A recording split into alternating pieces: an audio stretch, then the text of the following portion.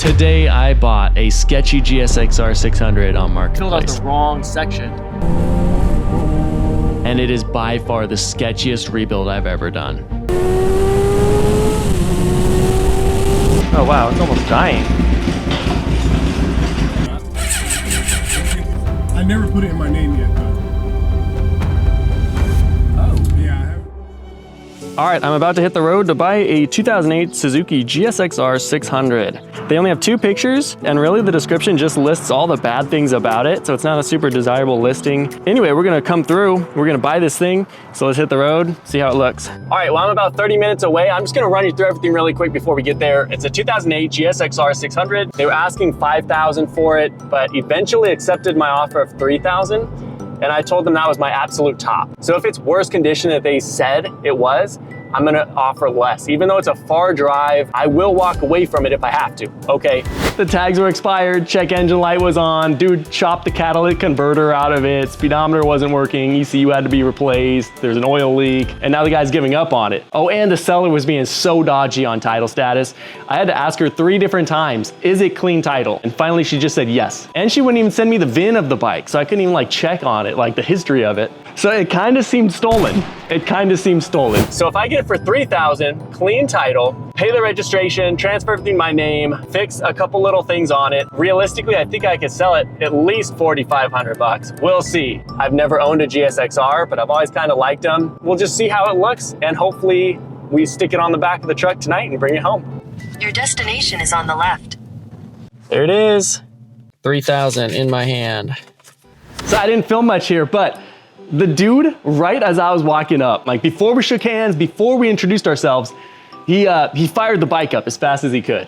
And then at that point, I was immediately suspicious. I was like, this guy for sure is hiding something. You don't just fire the bike up as fast as you can in a way that's like in like too particular of an order. Like I knew that bike wouldn't have fired up if he did it any other way. He didn't want me to be doing it, that's for sure. And because of that, later in the interaction, I actually tried starting it myself when he had no say about it. It didn't start up the first time and barely started up the next time I cranked it. Overall, pretty decently clean bike. It's not perfect, but...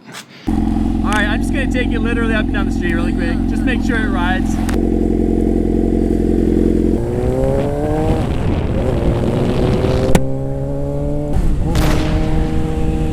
Not horrible, not horrible. It's definitely not perfect. It's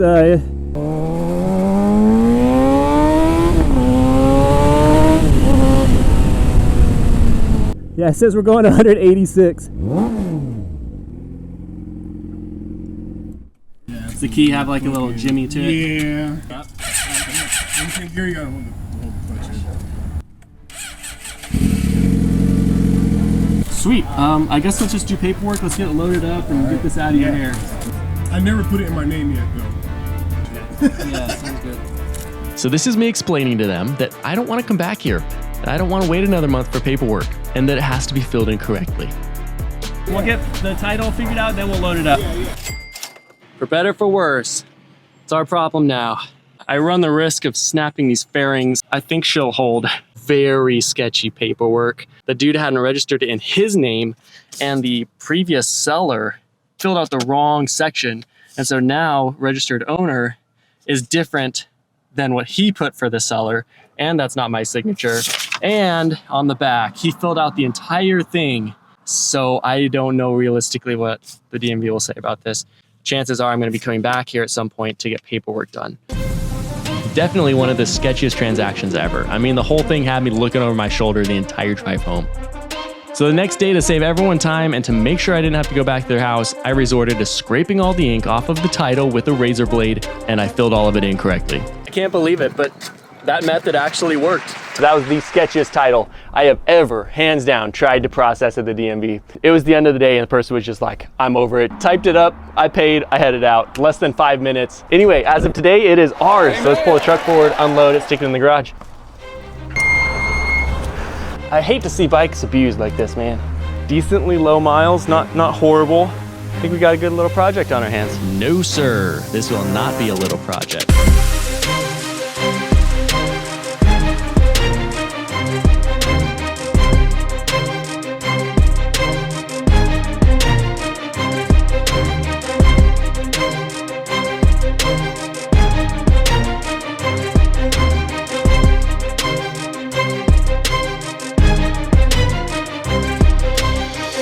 All right, well, this is it. Overall, already a pretty clean bike. It's probably been a little neglected. There are some signs of just not maintaining it very well. And I don't think there's any evidence of this bike ever being laid down. I can't find real scratches anywhere. There's a couple down here on the crankcase, but it doesn't look like it's from being laid over. So he has a Yoshi pipe that already sounds really good. It's a little janky. From the listing photos, there was actually like a cone on it, which made it look a lot better. And obviously something happened to that cone. But anyway, I'll probably have to re-rivet that on. These grips are super sticky though. So I already have some grips and these bar ends are completely loose. There's some nice ASV levers on here already. Got the classic Dodgers keychain. And then an old phone mount that I'm going to take off like immediately. It's got some old-fashioned mirrors that I'll go ahead and update. Got some absolutely gorgeous spikes here that I'm definitely going to take off. I never was a huge fan of these like iridescent windscreens, but this one actually looks good with the color scheme of the bike. I'm actually a big fan, so I don't even think I'll change that out. There's a little bit of janky wiring here, but not a big deal. But really, that's pretty much it. See if it even fires up today.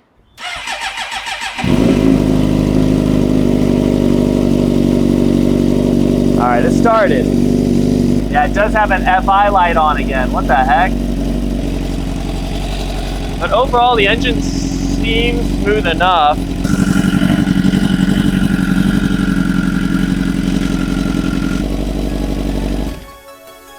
Sounds a little clattery today. But yeah, I'm sure this bike was thoroughly abused, so we'll do like a fresh maintenance on it for sure right off the bat.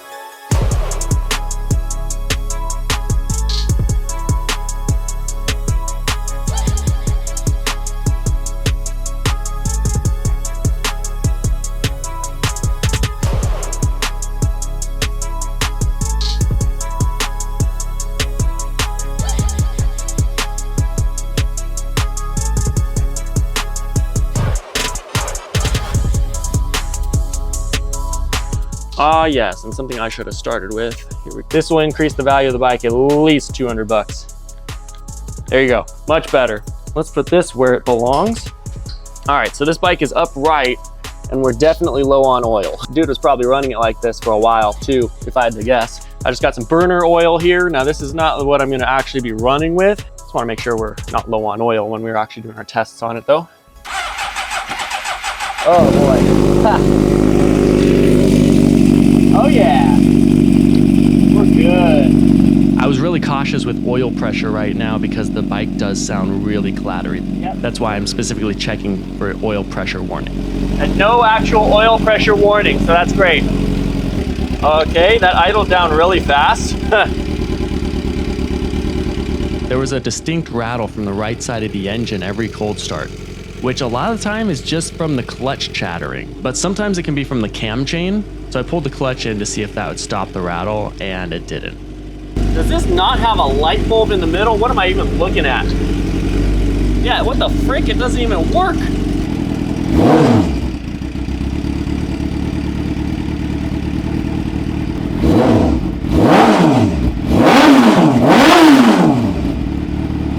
Great sounding bike though, I will say. This is and that was only 10,000 RPM. I think the more we ride it, it's just gonna get better and better, hopefully, now that it has enough oil in it. And he said it's leaking from the stator cover gasket, but I can't see a leak anywhere. Yeah, we'll check the FI light next. I just wanted to warm this up a little bit, you know, now that we have enough oil in it. The engine is already sounding a lot better. Circulating coolant how it should. Radiator's getting hot. The neighbors are definitely gonna hate me on this one, but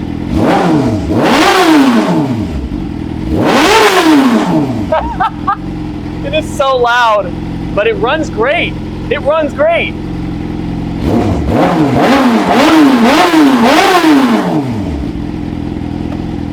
I'm so happy.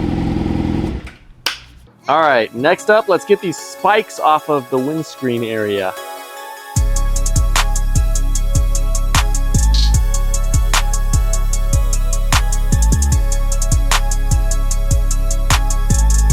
These are the stock mirrors. They have the turn signals on them, which is nice, but it could look a lot better. So let's take these off. We're gonna do a turn signal delete. Who even uses those still these days? And it's gonna look a lot better. So let's do it.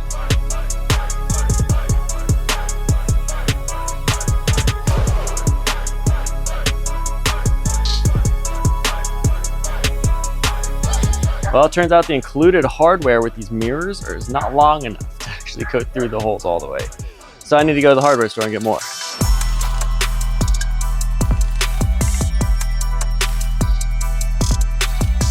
Package just got delivered with the new headlights, so we'll throw those in next.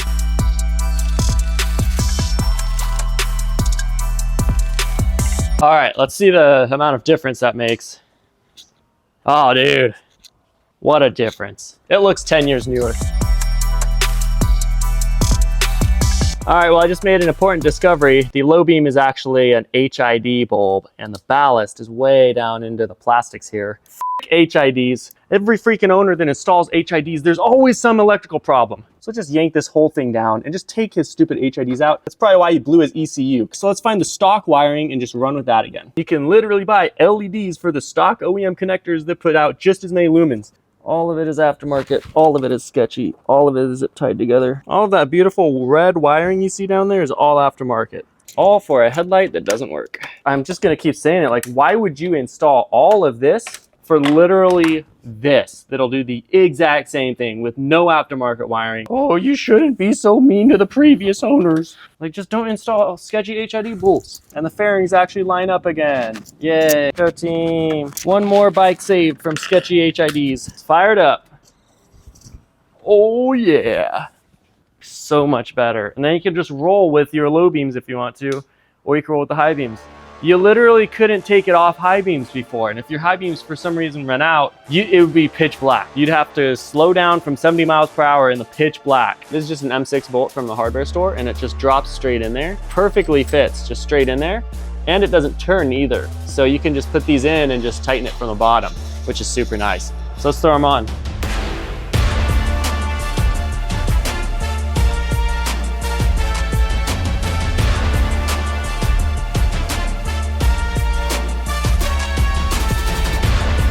All right, here we go.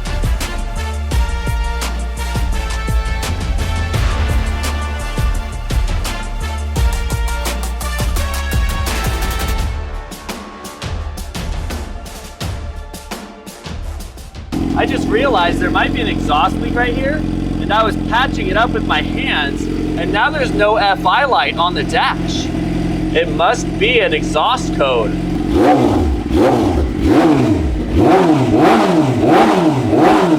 Yeah, it's not coming back. Interesting. All right. Oh, shoot.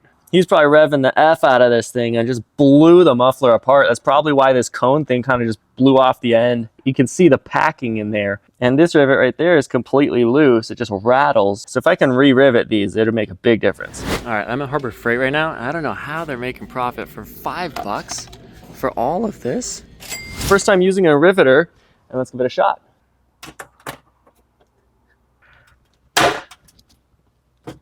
Ah, rivets are awesome. Look at that.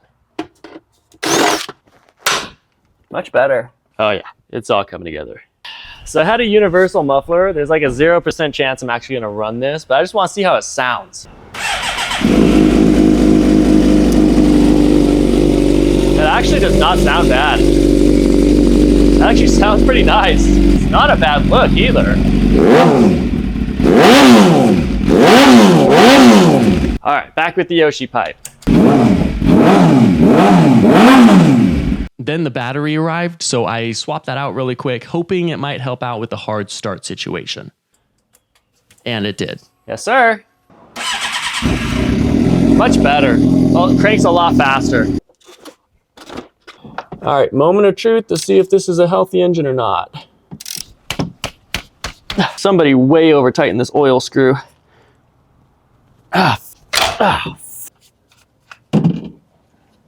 Oh man, it's very brown and like has like a sheen to it. Kind of smells like gasoline too, unfortunately. That's not good. Guy probably hadn't changed the oil for a long time. He probably never even checked this thing. Not great, but it's not the end of the world. Don't see any specks or flakes in it. The magnet has a little bit of kind of sludge on it, a little bit of metallic-y sheen to it. You'd think people would just do an oil change on their bike, like once every 9 years. You'd think. Oh, there was definitely water in there.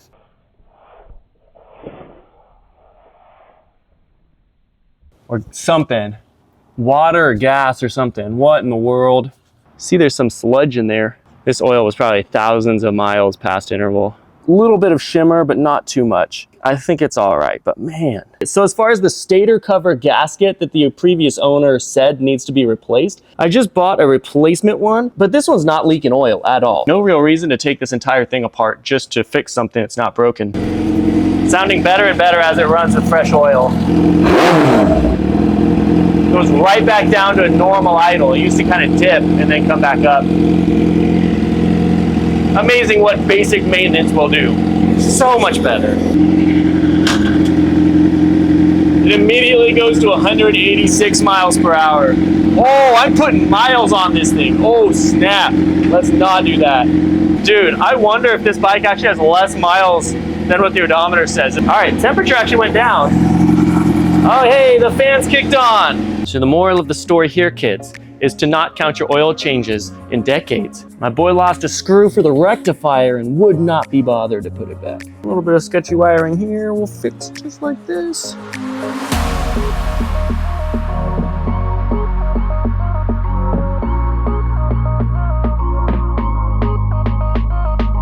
Well, dude, I came in here. Look how loose this sprocket is. Like this wasn't even, this is literally how I found it. Wasn't even tightened down. Now it's time to focus on fixing the speedometer. And while I have the sprocket cover off, I might as well replace the chain, which he claimed was brand new, but I kind of find that a little hard to believe with all the rust on the old looking chain. Ow.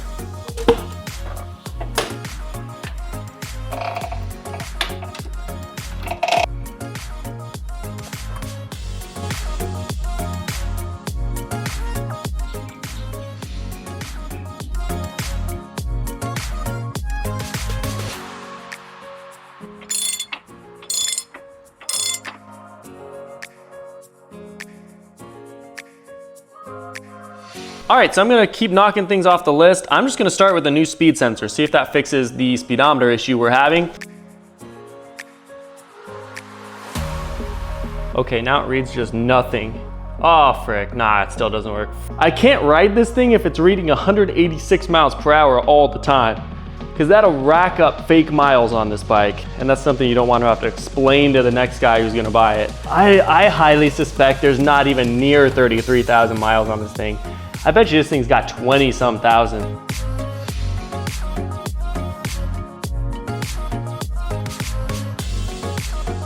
All right, moment of truth. Oh, freaking seriously.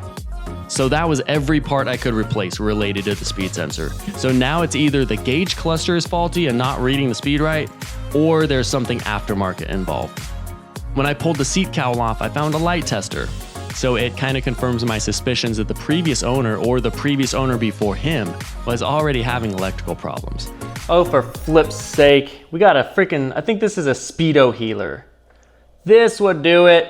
Oh yeah, 12 o'clock lab speedo healer. Ha! Wasn't even a speed sensor issue at all. I just have to pull this stupid thing out. All right, let's see what kind of shenanigans we got going on under here. Oh yeah. I think I see the aftermarket wiring there. So down here is where the speedo healer plugs into. You can see there's a wire that splices down to the speed sensor, and then it goes back to the speedo healer. So it kind of intercepts the signal the speed sensor's getting before it actually gets up to the gauges and changes that value. So let's hope if I unplug this and just plug it straight into the speed sensor, hopefully it'll read perfectly. So let's do that. All right, yep. And anyway, they broke that connector, but it seems like it has a decent enough contact. All right, just slap the battery back in to verify. But let's see if the speedometer will work. Yes. 3, yeah, oh, it works again. Yep, it works again. That's at 4 miles per hour. We just fixed the last problem on this bike. That was a hassle, but I actually learned some new stuff, so that's all that matters. Now I know what a speedo healer looks like and the potential problems it can cause down the road. So next up, we need to figure out the code this bike is throwing. It's throwing it again. Now that I fixed the speedometer issue, it's throwing a code again. So let's fire the bike up, do the whole diagnostic system thing, and see what code it's throwing. Let's do it. Let's go ahead and enter diagnostic mode, which is these 2 ports here. Okay, let's fire the bike up and then see what it throws. Says the throttle setting is accurate.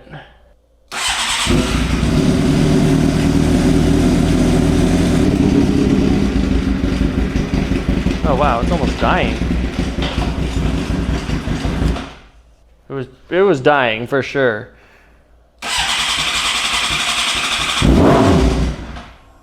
It's like immediately dies.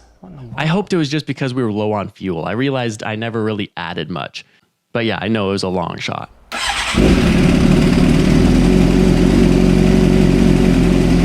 And honestly, it almost felt like that was it.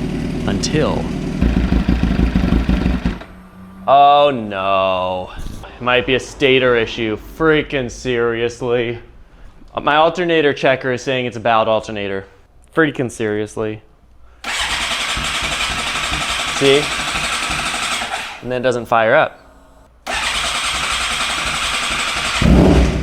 All right, now I have the great privilege of looking into the rectifier and the stator. Don't see anything on this rectifier that's super alarming. The previous owner claims the stator was replaced, so I'll check it, but I'll focus mostly on the rectifier.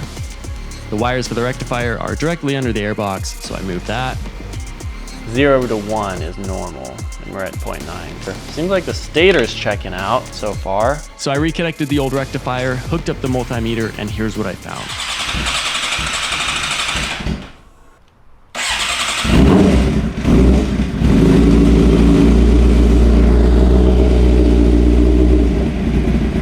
Oh, frick. Oh, it was jumping up to like 16. That ain't good at all. That seems like a rectifier to me. Literally everything about the previous owner's story makes sense now. So he was running into the same issue and didn't disclose it, of course. So he told me he replaced the stator, and then the bike was having miscellaneous problems, and then the ECU blew, and now it all makes sense. He was replacing everything but the rectifier, which was the thing that was overvolting everything.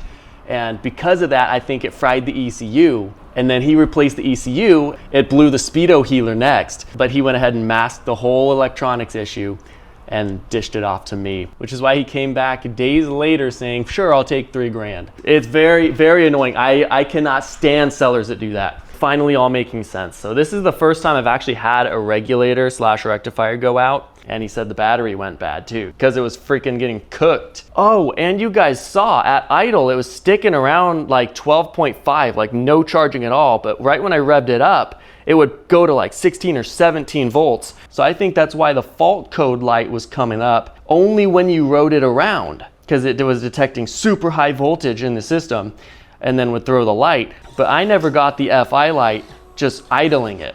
It would go away after a certain amount of idling. So the rectifier being bad would explain all of the issues this bike is having. So anyway, with that hopefully solved, I'm just gonna go ahead and finish up this bike 100%. The last thing it needs is to get some stickers removed, including the rim tape, and then I have new graphics for that, and I'll probably slap a couple new graphics on.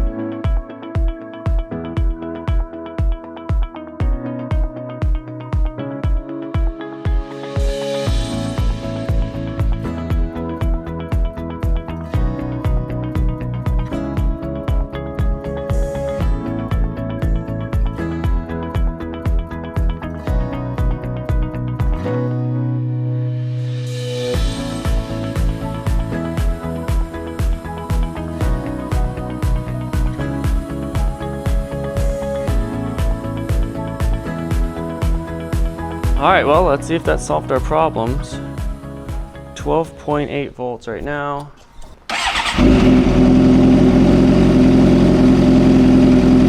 14.1, baby! That was it! No bad sounds! Yes! And I might even just run this to the front to verify for a little while. Massive win, let's go! So the electrical problem was figured out. I put the bike permanently back together, got everything reinstalled.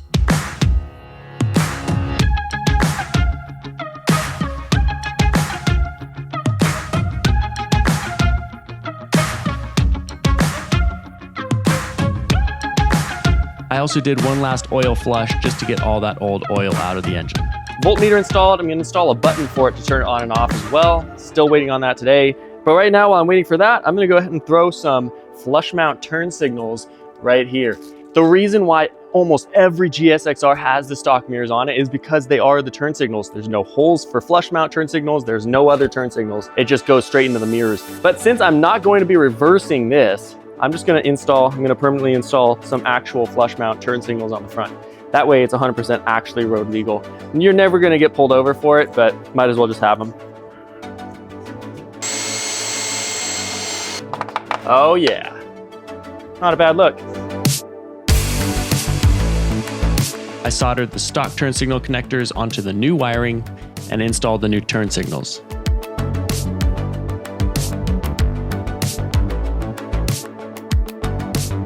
Looks good. Added some miscellaneous hardware that was missing. Added some rim tape.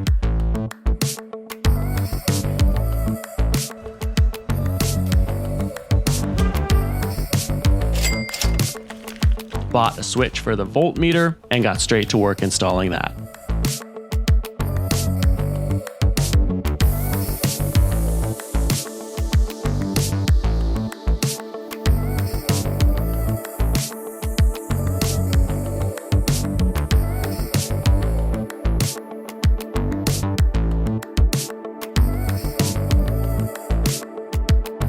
Just installed the switch for the volt indicator. Let's fire it up. Yep. Beautiful.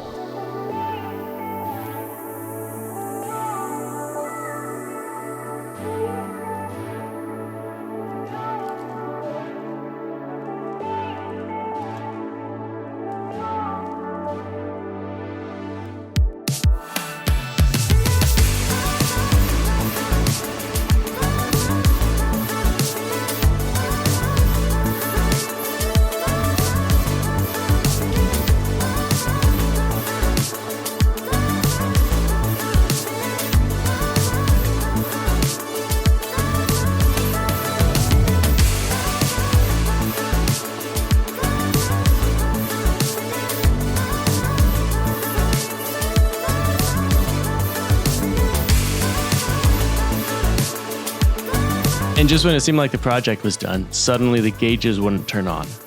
So I dove into the wiring harness for the front end and found one very corroded pin and one very burnt pin. I cleaned and tightened those pins and it was all good.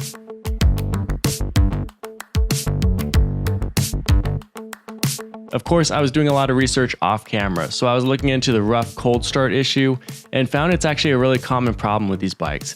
It's a problem with the secondary throttle valve position, and you need to do the position relearn procedure. I didn't have the software to perform that, so I found and bought a motorcycle scan tool on Amazon that can do it. So I did the throttle position reset and it immediately made a big difference. The bike now would charge during cold starts, which it wasn't before, and had a higher idle until it switched to the warm map around 120 degrees. And it reduced the sketchy sounds on cold start significantly.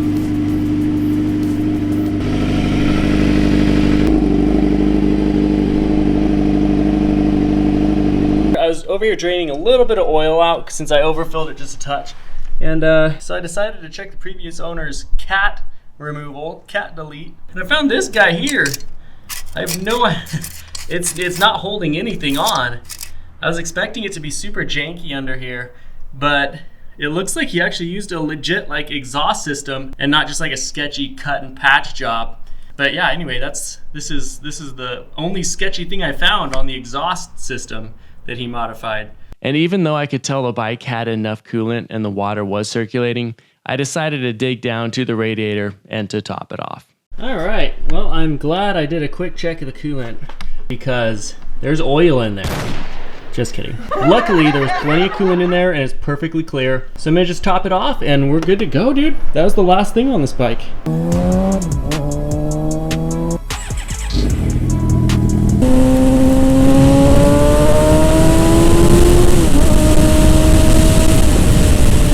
Wow! I have always liked GSXRs, and man, I've never owned one. This is the first one I've ever ridden. Holy crap. And even just being a 600, this thing is fast! Oh my gosh!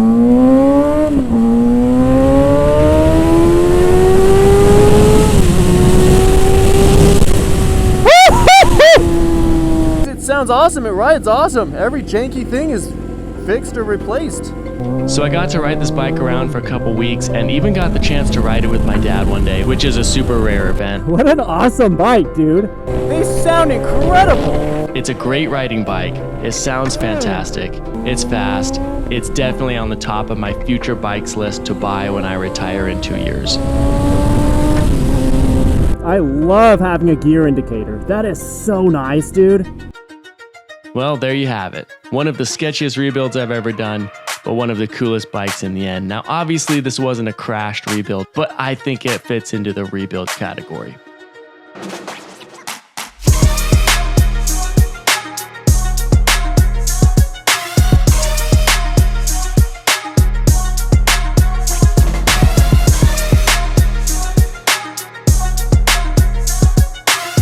No one wanted this bike. It was abused, had endless problems to fix, and the paperwork was super messed up. I don't know if this bike would have ridden seriously again on the streets, but now it's back on the road at 100% and looking great. Well, somebody's headed over right now to buy this thing. I truly feel like if I'm gonna regret selling a bike at all, this would be the one. What a very nice bike, dude. Bought it for $3,000, probably about $500 or $600 into it, and I'm selling it for $5,000. So, you know, $1,500 of profit on the tail end, but the guy buying this is getting a lot of bike for the money, for sure. This was my very first GSXR, and it absolutely blew me away. Will I regret selling it? Possibly. Did I learn a lot on this project? Absolutely. And did I enjoy it while I had it? Very much so.